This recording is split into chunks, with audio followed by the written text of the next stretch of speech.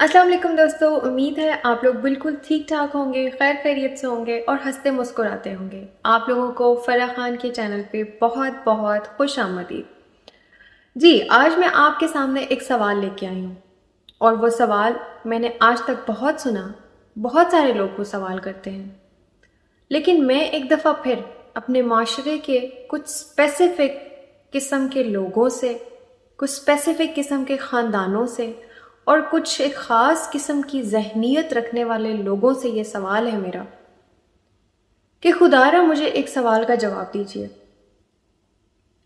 क्या वो ख़वातीन जिनके सर पे उनके वालिदैन का साया नहीं है, जिन बहनों के भाई नहीं हैं, जिन औरतों के शौहर नहीं हैं, क्या उनको जीने का कोई हक नहीं है? क्या उनको इस माशरे में रहने का कोई हक नहीं है? मैंने बहुत सारी ख़वातीन को ये कहते सुना, रोते सुना, तड़पते सुना कि वो अपने कंधों का बोझ उठाने के लिए घर से बाहर निकलती हैं क्योंकि उनके वालिद की या तो वफ़ात हो जाती है या किसी न किसी रीज़न से उनके सर से मर्द का साया छिन जाता है। कुछ बहनें, कुछ बेटियां ऐसी हैं जिनके भाई नहीं हैं, कुछ माएँ ऐसी हैं जिनके बेटे नहीं हैं। और मैं देखती हूँ कि वो लोग जब अपने कंधों का बोझ उठाने के लिए घर से बाहर निकलते हैं तो उनको किस तरह से टॉर्चर किया जाता है, उनको कैरेक्टरलेस बोला जाता है, उनको किस किस अजियत से गुजरना पड़ता है। मैं इस माशरे से ये सवाल करना चाहती हूँ, क्यों ऐसी औरतों की हमदर्दी करने की बजाय, ऐसी औरतों की हेल्प करने की बजाय हम लोग उन पे कीचड़ क्यों उछालते हैं? क्या ये उस औरत का कसूर था कि उसका बाप उसके जवान होने से पहले मर गया? क्या ये उस औरत का कसूर था कि उसका भाई पैदा ही नहीं हुआ? क्या ये उस औरत का कसूर था कि जिसका शौहर बाप ना होने की वजह से, उसका बैकग्राउंड मजबूत ना होने की वजह से उसको तलाक दे देता है शादी के साल बाद, 2 साल बाद, जहेज ना मिलने पे उसको तलाक दे देता है और वो औरत रोड पे आके खड़ी हो जाती है क्योंकि बाप की छत तो उसके पास पहले ही नहीं थी, अब शौहर की छत भी उससे छिन चुकी थी। और अगर वो बाहर निकलेगी अपना पेट भरने के लिए तो हम उस पे ताने कसेंगे, हम उस पे आवाजें कसेंगे। जी, तो मुझे इस सवाल का जवाब चाहिए कि क्या मर्द नहीं होगा सर पे, चाहे वो बाप है, बेटा है, भाई है, अगर वो नहीं होगा तो उस औरत को इस माशरे में रहने का, जीने का, इंडिपेंडेंट लाइफ गुजारने का कोई हक नहीं है।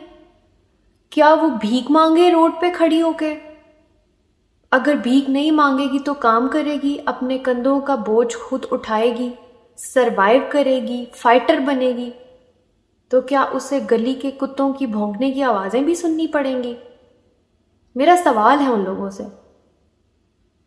कल तक मैं ट्रांसजेंडर्स के बारे में सुनती थी कि उनको जीने के हकूक, बुनियादी हकूक इस माशरे में नहीं मिलते, लेकिन आज मैं जा बजा देखती हूँ, जा बजा मुझे देखने को मिलता है, जा बजा मुझे सुनने को मिलता है।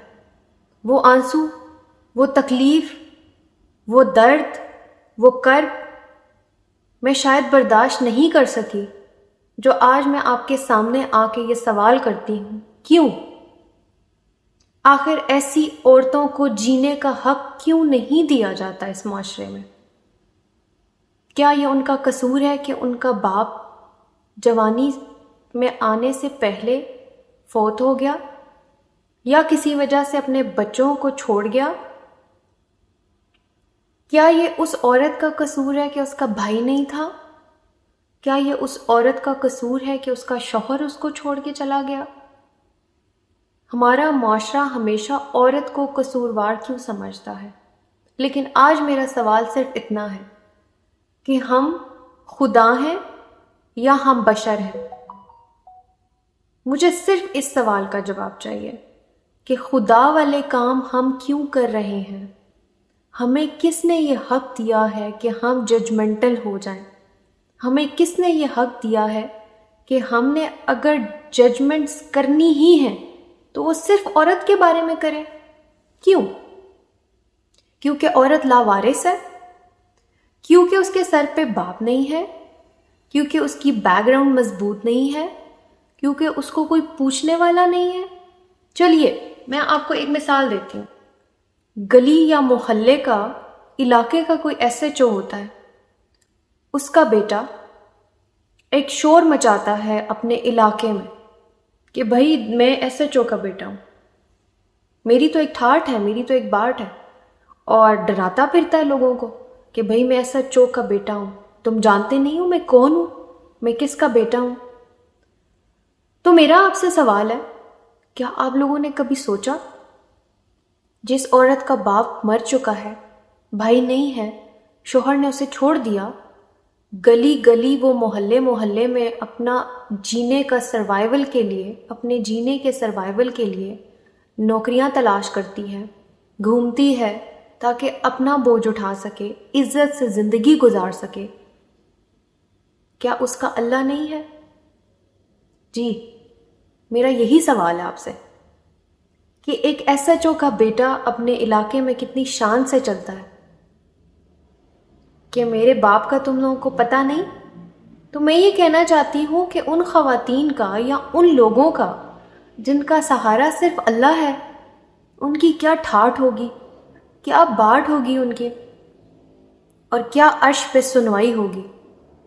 تو آپ تمام لوگوں کے لیے میرا یہ میسج ہے کہ خدا را جئیں اور جینے دیں ان معصوم لوگوں کو جنہوں نے آپ کے ساتھ کوئی ظلم نہیں کیا، اپنی گندی سوچ، اپنی گندی مینٹیلٹی کے ذریعے اور اپنی گندی زبان کے ذریعے ان لوگوں کی آہیں نہ سمیٹیں.